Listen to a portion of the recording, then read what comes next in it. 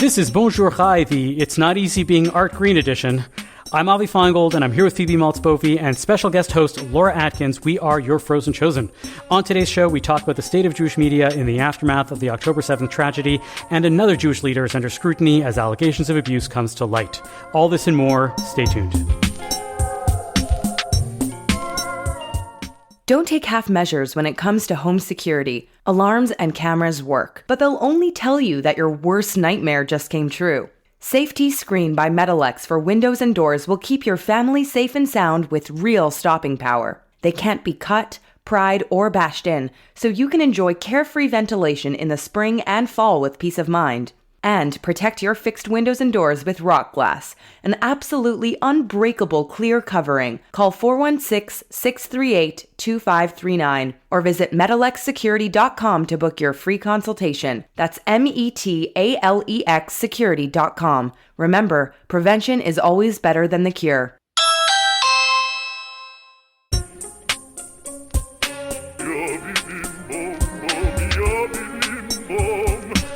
Phoebe, how's it going? All right. How are you doing, Avi? I'm doing okay. I had my first of any child's sports meet, a sports event. She told me that they were having a fencing meet, and I thought that they were fencing meat. So when I showed up, I thought I was getting cheap steaks because, it came off the back of a truck. But clearly that was not to be. I do have a correction from a reader from last week that the official position of the reform movement that it is not necessary to have circumcision, and that there is a plurality of rabbis within the movement that will convert without circumcision. So that's a correction that I did not. I said I wasn't sure last week, and I guess some people got confused, but we have vigilant listeners, and they write in when they tell us we're wrong, and I was wrong. That's interesting to know. Also, I should say that whenever that topic, circumcision, comes up, one's inbox overfloweth. I don't know why. I think it is that there is a half of the world finds this topic fascinating. Not circumcision itself, but just anything in that part of the body, and one gets a lot of email. Good to know. Let us introduce our guest, Laura. You have taught at Yeshiva University Stern College for Women. You were the editor of Jewish Insider. You were the opinion editor at the Jewish Telegraphic Agency. And until very recently, I understand that we are at the tail end of your being the opinion editor at the Forward. And you're leaving journalism to work at Jewish Women International. We have a lot to talk about. Welcome to Bonjour Chai. Thank you so much. Thank you for having me. So Jewish media seems to be having a moment right now. As our producer Zach said it in the meeting earlier this week, Jewish media is going gangbusters. Given your years of being part of it, what can you tell us about the state of Jewish media that it was so moribund for a while, now seems to have reversed course? Is it just about October 7th? Is there other things in the air? What's happening? I mean, I wouldn't get too optimistic about the future of Jewish journalism just yet. I would say that there is certainly not in my lifetime been a more vital time to have robust, independent Jewish press, both because of obviously what's happening in Israel, but also the reaction in the States, in Europe, in the Western world, and all of the disinformation. It's a really urgent time to have really thoughtful people with a deep understanding of both Israel and the diaspora covering this stuff. That being said, the media environment is very challenging, and Jewish organizations are no exception. Yesterday, the Messenger closed and fired all of its employees, and they found out in the New York Times. One of my colleagues from the Forward actually had left to go join the Messenger. So, it's a very difficult time, and including at the Forward, it's not a business that necessarily makes money. The Forward is a nonprofit. We rely entirely on donations.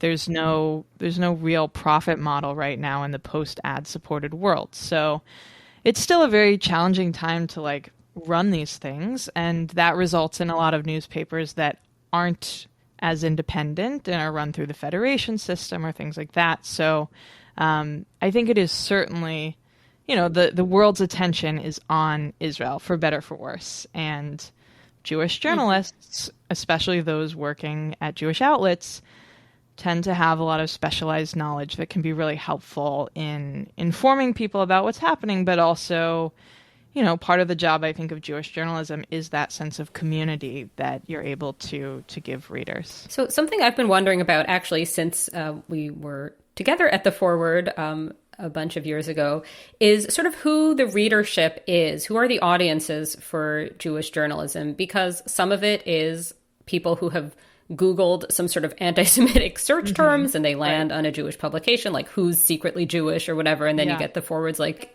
I guess I'm just wondering, as somebody who works in Jewish media and just, as somebody who's Jewish, like, who is the audience? Who are we doing this for, I guess? Is it the general population? Is it the Jewish community, and the Jewish community defined in what way? Like, yeah. So this is something that actually makes me very optimistic for the future of Jewish journalism in whatever form it will take. I think there's a stereotype among a lot of folks that readers of Jewish papers, the Forward in particular, we've been around since 1897. The perception is the reader is old, the reader is, crusty, leftist. That's definitely not the case anymore. I actually find that our reader statistics on our website, at least, very much match the breakdown of the Jewish population age-wise and demographics-wise. We have a lot of young readers, particularly on Instagram. We don't really have a TikTok presence at the moment, but on Instagram, we have a huge, super engaged following of both millennial and Gen Z Jews.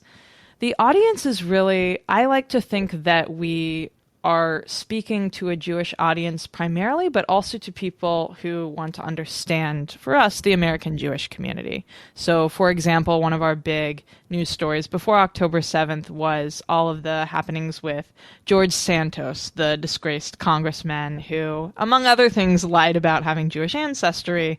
And there was a lot of interest and fascination with that story for a general audience. But our bread and butter readers are definitely Jews who, of various ages, who are pretty engaged with Jewish life in some way or another. But there was a really fascinating statistic in the last Pew survey. I don't want to missay the percentage. I think it was something like 40% of Jews surveyed self-reported, like, reading Jewish news as a way of feeling connected.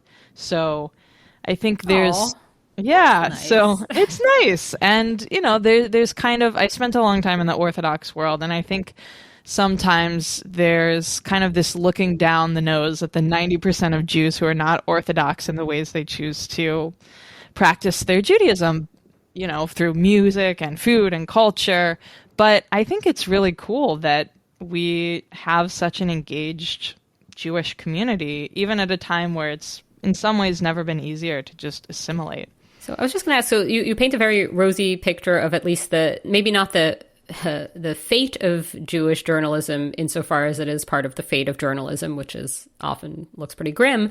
But what is leading you at this point in time away from journalism? It's definitely very bittersweet. I, have only worked professionally as a journalist. It's a very urgent time for independent investigations and reporting and writing, and I will still be writing columns for the Forward.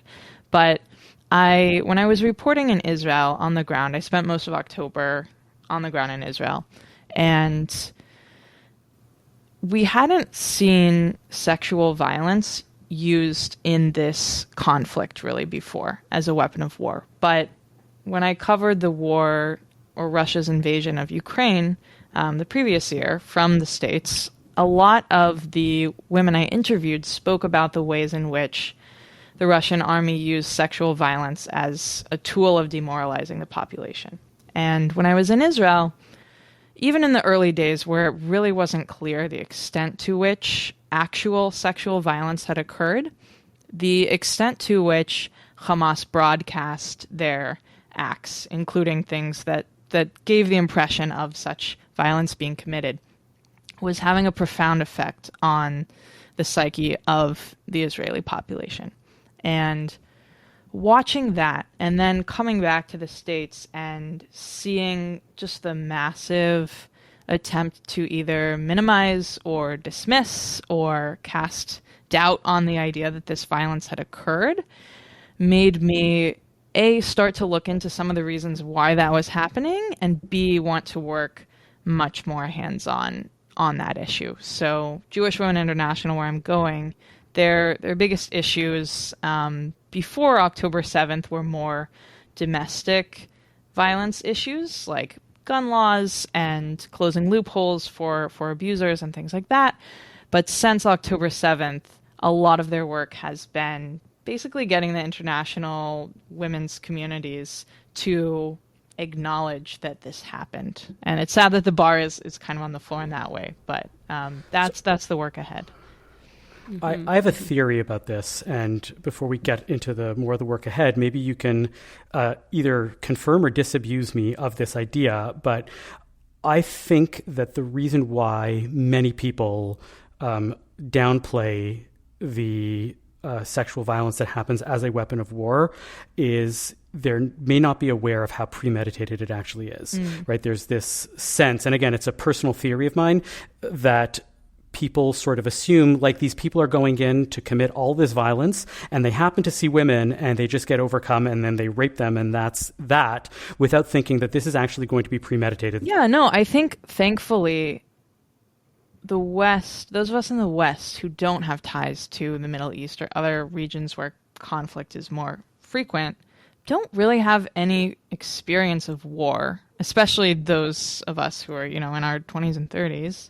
We don't really have in living memory any experience of having to think and see visibly and viscerally what war actually looks like. And I think this also applies to the reaction to Israel's, counter invasion of Gaza, and the reaction to the way that has been playing out. There's, we've just been so insulated from the realities of how terrorism looks and how war looks. And people that, again, have covered like Russia and Ukraine and other conflicts in which this is more frequent, this was not surprising to them. But I think that it is very shocking, and you don't want to believe that this is how it is playing out. I think that's also a part of it. Like, you don't want to... There was an interview with, I believe, Graham Wood of The Atlantic, who has covered ISIS, and he was talking about seeing the footage of, the Hamas broadcasts from October 7th, and he said the brutality and the precision and the vindictiveness was worse than he'd even seen covering ISIS. And I think we don't want to believe human beings are capable of that also. So I think that's also part of it. I have maybe a slightly different theory about this, although it's not really an instead of, it's just sort of a yes and, I guess. But like, it just a moment when women's safety was considered really a central preoccupation of progressives, of right-thinking people generally. It was really, really, that was the story. And then that changed, and there was a big backlash to it in the form of, oh no, actually, like there are a bunch of privileged women who have nothing to complain about. There are Karens, maybe they're all secret racists, maybe they're all whatever, you know what I mean? Like there was this kind of moment where that was no longer the thing. And it wasn't only that like it was supplanted by other concerns, but more that, no, actually, that it's weaponized fragility whenever, women express concerns about safety. And what I've seen in a lot of the reactions to the sexual violence of October 7th has been sort of like, but look at what's happening in Gaza, right. Dividing the whole world into sort of oppressors and oppressed. Well, these women, like for a certain sort of progressive, they are part of team oppressor, therefore it's fine. And that is a lot of what I have seen. No, I think that's 100% correct. And there's also, and this, I didn't realize the extent to which this is true until I did some more reporting on it, but the New York Times did a big poll of American voters around Israel, Gaza, and the war in November, I believe, or early December. And one of the findings that kind of surprised me is that independent of age or other characteristics, a person's TikTok usage correlated with strongly anti-Israel views. And it sounds like a conspiracy theory, but it's not. The extent to which algorithmic manipulation plays into this also. The Wall Street Journal had a really good piece where their reporters, saw how long it took to get propaganda basically that was either anti-Israel or pro-Hamas or, pro these sorts of Jews are oppressors theories. It was within like 6 or 7 videos on average that they were fed this content. And you actually see a pretty comparable volume on Instagram of pro-Israel and anti-Israel posts, much more in line with like the public opinion on those issues. There is pretty strong evidence that the Chinese government is putting their thumb on the scale when it comes to TikTok in particular and weighting the algorithm. For a variety of reasons, the Chinese government has supported Palestinian liberation movements since the 70s. That is not an excuse. Certainly, Israel and Jewish journalists need to do a better job of getting where readers are. Like, it's not readers' jobs to find Jewish journalism. And, we all like to think we are immune from media messaging, but we're really not. So I think all 3 of these things play a part together. And I think it's very toxic the way that, for the first few hundred years of our country's history, we had this racial hierarchy with white on the top, and there's been an attempt to flip that, and it hasn't always been so sophisticated in its execution. And, Israelis are seen, like you said, as just white-coated. And because of that, I don't think they're given the same sympathy and grace that others are. Laura, just one more question about in your new role, sort of what concretely are you going to be doing to address all of this? Because it's clear where the obstacles lie, but how are you going to be able to? So a lot of the job is going to be focusing on similar issues, but in a different way. It will be, I will be advocating for things rather than just reporting on them. And a lot of the work right now is literally just getting into the room where it's called conflict-related sexual violence is discussed and making sure that October 7th is a part of those conversations. In my first few weeks at the job, there's going to be a few opportunities to speak to government leaders in various capacities about the extent to which sexual violence occurred on October 7th and some of the challenges in the aftermath.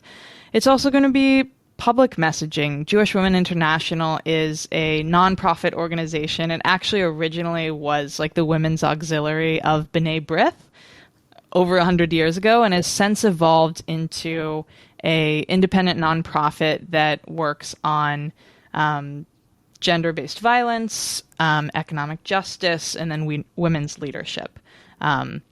So right now, again, most of the focus, or a lot of the focus, is specifically on sexual violence in the context of October 7th, but also all of this stuff is interconnected. There will also be a lot of work on, as you know, the United States gun policies are convoluted and not always benefiting the victims of crimes as much as the perpetrators. And I'm someone who fully believes in gun rights and gun ownership rights, but there's a lot of work in terms of just, for example, preventing people who have a restraining order from being able to purchase a weapon, things like that.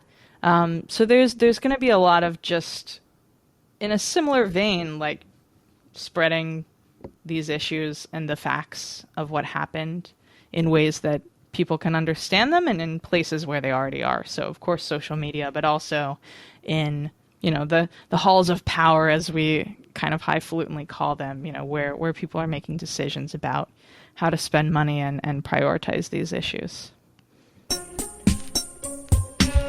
Are you in the market for a new watch or a special piece of jewelry? Are you looking for the perfect engagement ring to pop the question? Atelier Lou has all this and more. Eric and the team at Atelier Lou can craft a piece for you, or you can select from some of the exclusive designers that they offer. From a simple bangle to a statement necklace, Atelier Lou can make you or your loved ones sparkle. Located in the heart of Westmount in Montreal or online at atelierlou.com, visit Atelier Lou for your next watch or jewelry purchase. And when you do, make sure to use promo code BON18 for 10% off your next purchase. That's atelierlou.com. If I can switch gears for a bit, back to media, one of your most recent, and I guess one of the last columns that you wrote for the Yes. forward, is about Art Green and his recent misdeeds or alleged misdeeds. Yeah. So first of all, can you recap for us what the story is up until now and what your, what makes this episode different or similar than anything else? Sure. And I'm comfortable not saying alleged because the rabbi actually admitted to the things that he did. And he called them, quote, completely inappropriate and out of bounds. But essentially, Rabbi Arthur Green was the founding dean of Hebrew College's Rabbinical School, which is a small non-denominational school outside of Boston. Was, as far as we know, forced into retirement and then later barred from campus after he made an advance on a former student who was then a faculty member at an off-campus event.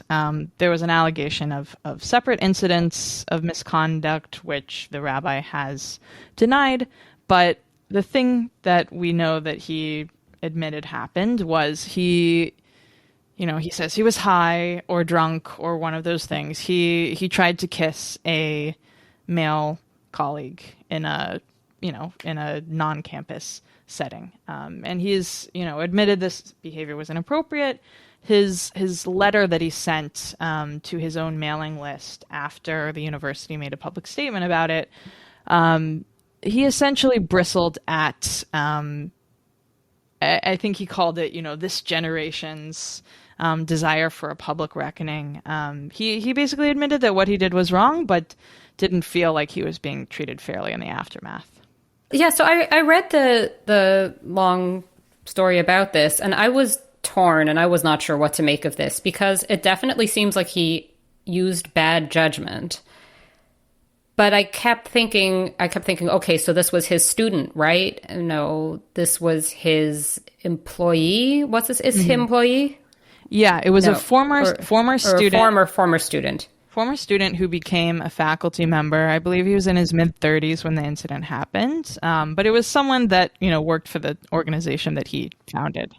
I don't know. I guess I just felt very torn because I think on the one hand, what Me Too has done in terms of at least raising awareness, if not always, as you write, if not always actually addressing what's actually happening in workplaces is important. But at a certain point, if this isn't his student, if this is an adult and one adult tries to kiss another adult, there are different types of bad. And I guess I was wondering what made you call this abuse. Yeah. Yeah. So I think I'm not a lawyer. I did consult with lawyers on this, but I think the first thing, putting the letter of the law aside, is there's a real lack of recognition on the part of the rabbi of the power imbalance here. This is a member of an organization you founded who is employed by your organization. And I think, in a lot of legal cases, there's this idea of a reasonable person standard. I think most reasonable people know that if you are in a position of power within an organization, you do not make a move on a subordinate, period. But the reason that I wrote this piece was I found the tone of his letter, not to tone police, but it seemed much less apologetic about the incident happening and more complaining about the consequences of the behavior. And when you do look at the letter of the law, unwanted sexual conduct, even if it's a kiss, is actually something that legally counts as sexual assault in a lot of states. And this certainly constitutes assault or battery if you are touching someone against their will without their consent. I certainly do sympathize with the idea that this happened a long time ago. It was two adults. But I think it shows a real lack of judgment to make a move on a subordinate without, period. But I certainly am sympathetic to the idea that I don't know the internal politics of the organization super well. And I certainly understand that this man might feel like he was wronged by what he probably saw as his organization. But at the end of the day, I think there should be consequences for behavior. I'm not, as I wrote in my piece, I certainly am not one that believes in criminalizing wrong ideas or wrong thoughts, but I don't want to live in a society where bosses feel like it's appropriate to make moves on their employees. And sure. No, I think that makes sense. I mean, I just had another question though about this, which is whether you think this would have played out well, it's sort of maybe a two-parter, but like whether it would have played out differently if he had made this unwanted move on a woman who was otherwise sort of same role, but also just more generally, I mean, when I think of sexual harassment and its significance in the workplace, it's not just about one person being made afraid or uncomfortable. It's also about keeping women down in the workplace. You know, that's some of why this has become such a topic. It's a type of gender discrimination at work, you know? Yeah. And so basically I'm asking, I guess, sort of the two questions is sort of what would be different had this been, what would have gone differently, as much as you can speculate ever, had this been a woman? And also, do you think this matters in a different way? Is it less important maybe because this was a man and this is not? And the reason I bring this up, not to digress too much, is like when I was thinking about Me Too stories and Jewish organizations and all of this, I was thinking of that demographer, Stephen Cohen, I believe, where it seemed all wrapped up with like make Jewish babies and all of this. And it seemed like there was a sort of a broader picture about the place of Jewish women, you know, in the community, whereas this doesn't obviously tap into that in the same way. Yeah, I think there's a lot of things to unpack in what you said, and obviously we don't know how it would have gone down if it was a woman and not a man, but the individual in question who was, I believe, sexually assaulted, had the inappropriate pass made at them, was a man in a gay relationship. And I think that a lot of this culture of, workplace misconduct has more to do with objectification than like the gender part of it often. And I think in the same way that women are often objectified, gay men are often over-sexualized. And in the rabbi's piece, in his letter, he blamed, being a closeted bisexual man and the death of his wife. I got many letters in response to this piece, and one of the ones that upset me the most is I had a congregational rabbi who reached out and used the line, the kiss was not unwanted, it was perceived as unwanted by the object on which it was placed. And I think that kind of exemplifies. I was like, Rabbi, people are not objects. You know, I'm with you that a lot of the issues here are around the response and his response specifically.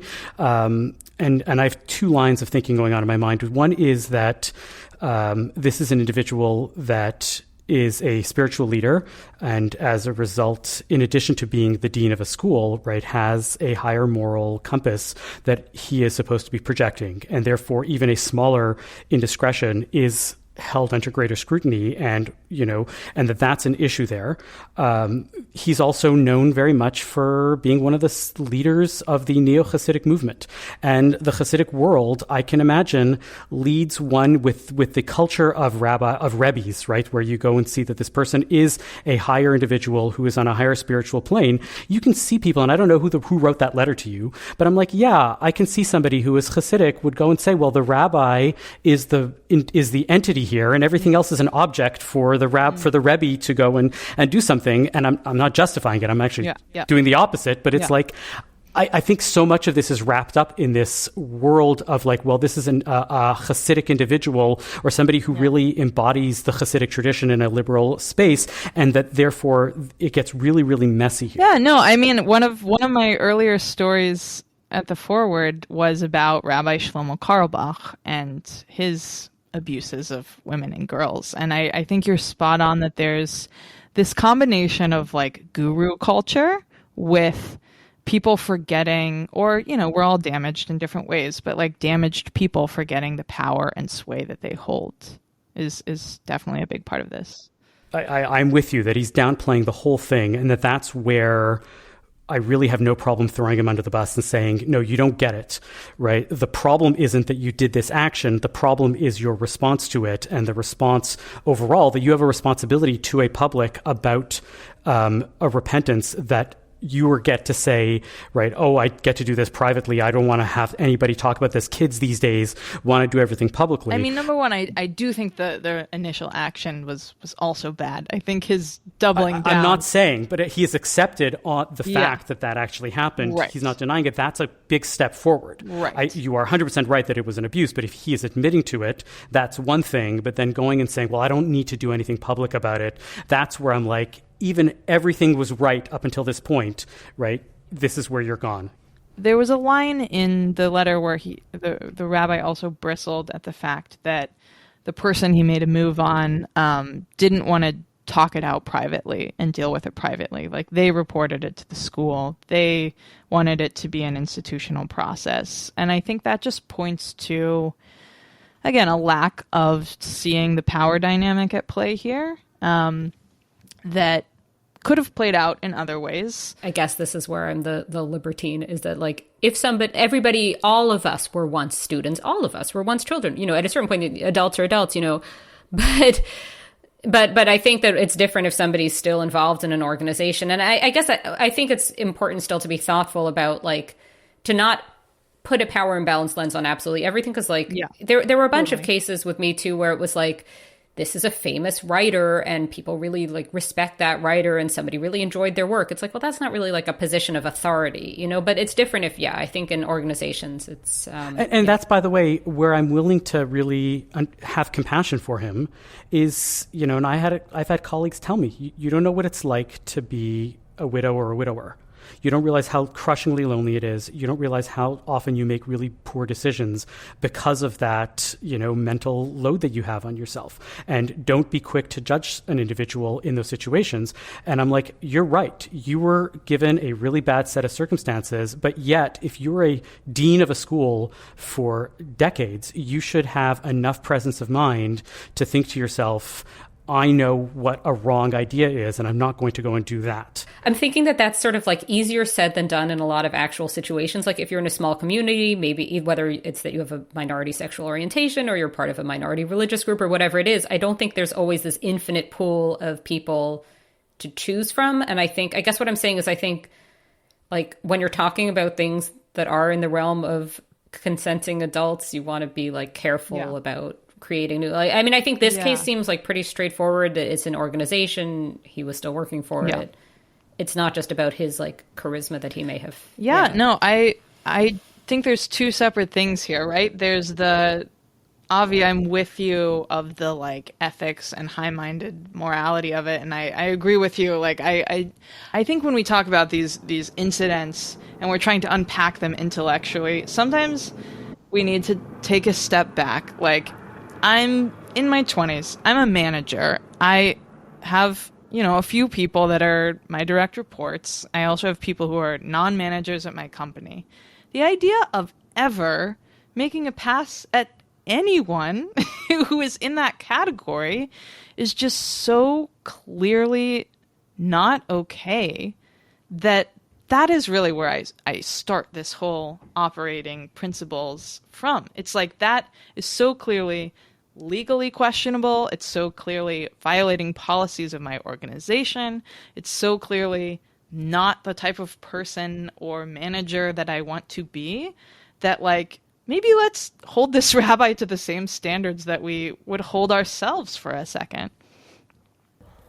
Laura, can I ask you a question? I'm going to jump in In your piece, started off talking about getting a call a while ago from someone looking for advice about how to deal with they got in trouble for some sort of sexual misconduct, and it set the tone for one major theme of the piece was a frustration between of people wanting to do something publicly that sort of looked like saying the right things. And you were saying that, as I understood, what you wanted to hear was someone really interested in contrition and growth and some sort of inner repair, as opposed to just saying the right things. I guess my question is does it matter if it feels hard to police someone's heart? And if someone says and does all the right things, do we care if they're really interested in growth? Maybe in his heart of hearts, he really doesn't think it's wrong. But should that matter to us? No, it's a good question.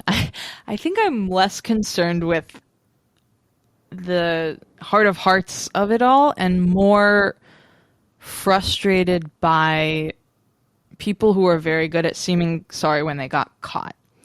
I don't believe, again, in punishing wrong ideas, but I actually think that if you are a public intellectual or a public figure or a leader in an organization and you abuse that position, a consequence should be that you don't automatically get to continue being in positions and getting access to the same sorts of situations that set you up for failure in the first place. So, this individual in question, my mentor was calling to ask me about his friend who, it took him all of 5 seconds to recover from, it was decades of workplace misconduct, basically. And, he did his I'm very sorry statements. He went away for 4 months and, he started his next project. And I'm keeping it very vague intentionally. But, there are so many really good journalists who fight tooth and nail to do really good work, to be really good people, to uphold the highest standards of morality and ethics, to be in the rooms where conversations are happening. And instead of them getting rewarded with leadership positions, we get the same figures who have been in power for decades and sometimes have pretty tired ideas about even how to run things, getting access and funding and the podium. And I think I don't really care if this man ever feels bad or sorry for abusing those women in his workplace, because ultimately it doesn't matter. The damage was done. I do care that he is taking funding and a platform that could be occupied by a fresher, younger, maybe more moral voice. And I think that's the real issue here. Journalism, I happen to work at a news organization that is very female dominated, but the industry as a whole is not. And particularly, opinion journalism, I spend a lot of time trying to recruit female writers. It's just a space that's very dominated by men who have the leisure of, having a wife to do domestic duties and have, extra time to write, not to overgeneralize. But I'm more frustrated by the fact that we are spending so much time relitigating these men's misdeeds rather than focusing on elevating new ideas. This is so interesting. I have a million thoughts about the opinion journalism angle, but I will hold off on that in favor of just, I think it's interesting because it shows what's possible is different in different industries, right? Because you have something like with Louis C.K. where a lot of people were sort of upset that he had this quick, so this is a comedian who was in trouble for sexual misconduct. But there was a lot of discussion of how dare he come back? But the fact is there were huge audiences prepared to pay for him to perform, I guess. And it seems sort of like the market decided this one. And I mean, that obviously is different if you're talking about a religious organization especially, but also just, media or different, or academia, different organizations. But also one thing that has frustrated me about Me Too more generally is that there hasn't really been an answer to what should happen. It's just hard. It's hard for me to figure out what is the appropriate thing apart from just like these things, saying that these things shouldn't happen. And then I think you do end up with these situations where what happens is a man phrases an apology very nicely, but nothing necessarily, or doesn't, as the case may be. Nothing necessarily changes. Yeah, I think that I would double down and I would say the opinion journalists are actually doing the right thing when we relitigate these things in public, right? I think, to me, you didn't go far enough, if anything, when you went and told this story about this, this guy that, I was giving the advice to. What I really wanted to say was he should read a 700-page book from the medieval world about how to do tshuva properly. And I'm like, if anything, Art Green is exactly the person who you should tell that to, right? The reason why we are having a hard time with you, Art Green, as a person is because you, of all people, know that there are hundreds of books about how to do tshuva properly, how to go and show contrition and how to do this. And you seem to say, I'm going to go do this on my own. I'm not interested in anybody telling me anything. This is not really a big deal. You're like, no, go and read these books. Go and figure out, because that's what you've done your whole career. And if we don't go and hold these people to account and say, you of all people should know how to do tshuva properly and you are not doing it, right? That's the problem. Yeah, I mean, and part of the moral of, I love this text, Shari Tshuva, the gates of repentance or return. It's the author of this book, right? He was a big critic of Maimonides. He conspired with the Catholic Church to burn Maimonides' text in the public square. When he saw how excited they were to do it, basically, he realized the folly of his ways. But he spent the rest of his life trying to make amends and actually didn't. He ended up devoting the rest of his life to teaching the works of Maimonides in yeshivot around the world. He tried to make a pilgrimage back to Maimonides' grave, which he didn't even end up making it to. He wrote this really beautiful book that's also, the message of the 700 pages is you can't take it back, basically. And you should understand how anguished, in his view, God is when you act this way. Like, the moral of that book to me is you can't take it back. And you can't fix everything. And this is not a Western fairy tale. Like, actions have consequences. There's another book that I try to read every year. This is real and you are totally unprepared. Every year. This is a book that I reread every year and I find something new out of it. It's the book about the high holidays by Alan Liu. Yes. And there's a story that I think about all the time where he is telling the story of his own personal failings as a congregational rabbi. And he, says that there was this couple that got very involved in the synagogue. The wife, I believe, converted to Judaism. They became very active. And one of the members of the family was sick and in the hospital. And he was very busy running around. I think it was before Shabbat or a holiday or something. And he told them, I'll visit the hospital as soon as I can, after the holiday. And he forgot. And the couple ended up leaving his congregation and basically leaving organized Judaism because he got busy and forgot. It's a simple mistake even. And just the anguish with which he writes about what is really an innocent mistake, but the consequences of that mistake on these individuals' lives. I wish that there was 1 ounce of that in Rabbi Green's response. This has been a great conversation. First of all, will you stick around and do a nachas with us? Yes, I'd love to. Excellent. Before we do that, though, we'd love to hear what you guys think. As listeners, please email us with comments, with thoughts, with ideas about this, because I'm sure you guys have ideas about this. bonjour@thecjn.ca. Let us know what you think.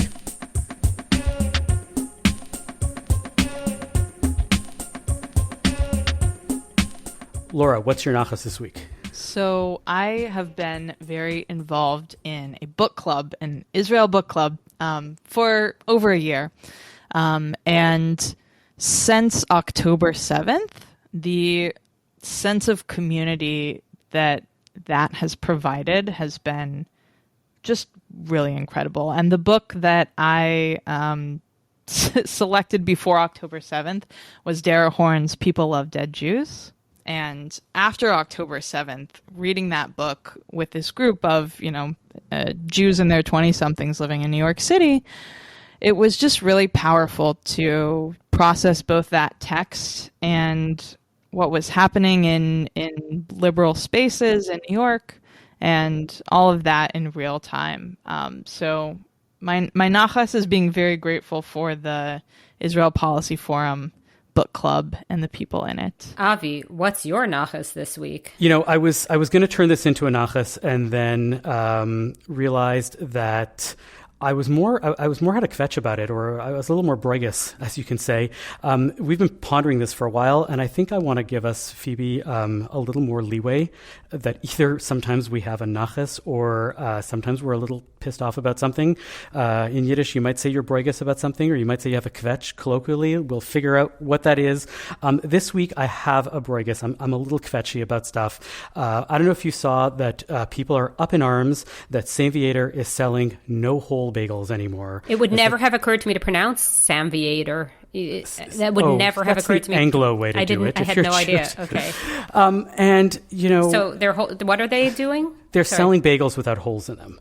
When you say without holes, do you mean that they're selling hamburger buns? So yes, first of all, as a New Yorker, you should know that that's called a bialy. It's not a bagel without a hole. But yes, go on. Yeah, it's whatever. But yeah, it's a bagel essentially without a hole in it. So the question is the hole, first of all, an essential feature of a bagel or not, or is it the method in which this item is being cooked? And my broigusness is that regardless of what you think about this is a temporary promotional stunt that was cooked up by Philadelphia Cream Cheese in response to people, quote unquote, wanting more space for cream cheese on their bagels. I have no problem with St. Viator Bagel saying, for the next month, we will happen to have on the side, if you want to try this thing, the same bagel dough, the same bagel baking, the same bagel everything, but without a hole in it. And it's this cute little extra fun thing that they're doing. Stop getting so mad at these things that have to stay sacred and be exactly the way they were and never change any moment in any sort of way. I do think that a cinnamon raisin bagel is sacrilege, but that's because it's being sold constantly and it's its own thing and it's separate. Stop getting so crazy about everything. That's my little kvetch of the week. Avi, thoughts? Yes, I do. I have a very specific question, and this is going to bring Laura in as well, because this is about bagel types and New York versus Montreal, the eternal question. As a Jew of New York and Montreal heritage myself, I'm steeped in this topic. But so I make bagels at home. Wow. Because one of my kids has a sesame allergy. So wait, do you have a wood burning oven? I do not have a wood. Well, then it's not a bagel. But they come out. It's not a bagel. They come out actually. Like, I was back in New York. They come out remarkably similar when you practice enough times. They do. But the point is, I have a question about these bagels, which is, when you say they don't have a hole, is it that a la the New York bagel, it's just so puffy that the hole has closed up? Or no, this is important. Yeah. Or is there no attempt at a hole? Because I have had some of the best bagels I've ever had have had that where the hole, it's like almost like a belly button or something. I'm not describing. You know what I mean? I believe that I wasn't there for the process of making it, but I believe that what they're doing is, instead of taking a string of dough and then attaching it at the ends and making a ring of dough that then gets baked, they're taking the same dough, turning it into a ball, and then putting it in. Okay, so that now is against my own religion. Yeah. Sure, but you don't have to buy it, and it's for a month. It's like its own thing. Stop getting so. I think I'm just annoyed at it as a New Yorker who's like, no, this already exists, bagels. What I'm more annoyed of, and I'm sorry, but we'll spend more time talking about bagels, is when you go to New York and you get a bagel and they put basically a half a pound of cream cheese on that thing. That's the best because part. They're afraid that you're going to get complained, that you're going to complain that you're like, you didn't put enough schmear on there, and they just keep throwing more cream cheese on there. The proportions are completely out of proportion. Phoebe, do you have a nachas this week? I don't. I think I'm quite stunned by this bagel topic and tempted to just expand upon that. But I'm going to join you. And so I always thought that the word broigus meant an old family grudge, like somebody didn't go to somebody else's bar mitzvah in 1960 and everybody's still mad about it, years on. That's what I think of as a broigus. So I feel like this is going to be in the spirit of a broigus because it involves the olden times. It's a blog.to article, blog post, whatever you call it, called "This $1 Million Toronto Home is the Epitome of, quote, Boomer Special." And it's this post mocking some house that looks very sort of 70s or 80s. So there's a quote from it. Okay, and because it's the first time this home has been on the market, it's a really good picture of all the things a boomer does to a house that make millennials and Gen Z ask the question, why? Dear God, why? And I'm a millennial. I'm certainly not a Gen Z, but I am a millennial. And I'm looking at this and I'm thinking this house is fantastic. I love it. I don't really see the problem here. Why are they making fun of this kitchen for having linoleum floors? What do they want to be on the kitchen floors? Linoleum floors, check, check, check. That's supposed to be like bad.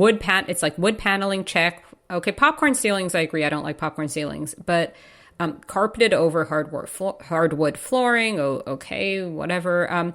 But it's a very retro looking house that looks, but like good retro. And I really don't see why this person at BlogTO, apart from because this is how they get clicks, is so mad at it. And they don't speak for all millennials, is what I'm saying. So, yeah. Yeah, I think that it's probably, I haven't seen the house, but it sounds like what it's in the non-cool valley. There's a valley in which things are not cool and then they become cool again because there's enough time passed by.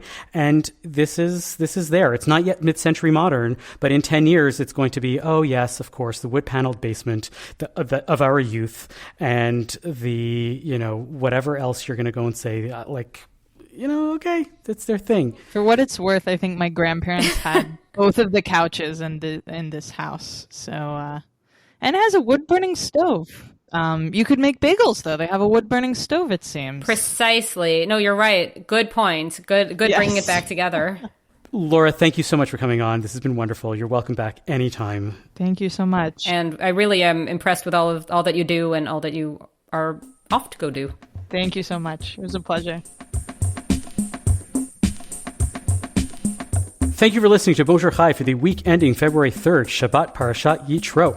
The show is produced and edited by Zach Kaufman. The executive producer for CJN Podcasts is Michael Freeman. Our music is by So-Called. We are a project of the Jewish Living Lab and are distributed by the CJN Podcast Network. You can listen to all our past episodes on our page at thecjn.ca/bonjour, and you can subscribe to the podcast and automatically receive all episodes on Apple, Spotify, or wherever you get your podcasts. We'd love it if you told a friend about Bonjour Chai. It is one of the best ways that we get new listeners. And as always, you can email us with comments at bonjour@thecjn.ca.